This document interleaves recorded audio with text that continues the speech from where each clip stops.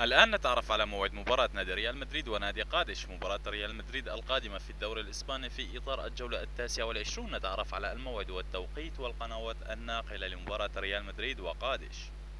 ولكن قبل أن نبدأ فضلا وليس أمرا اشترك في القناة وفعل زر الإشعارات ليصلك كل ما هو جديد.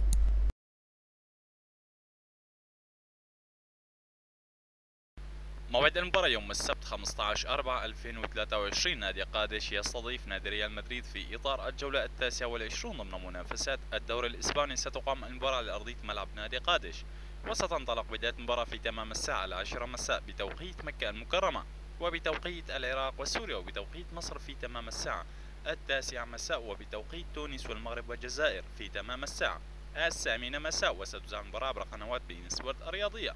وما هي توقعاتكم لنتيجة مباراة ريال مدريد وقادش يوم السبت 15/4/2023 في تمام الساعة 10 مساء بتوقيت مكة المكرمة وبتوقيت العراق وسوريا؟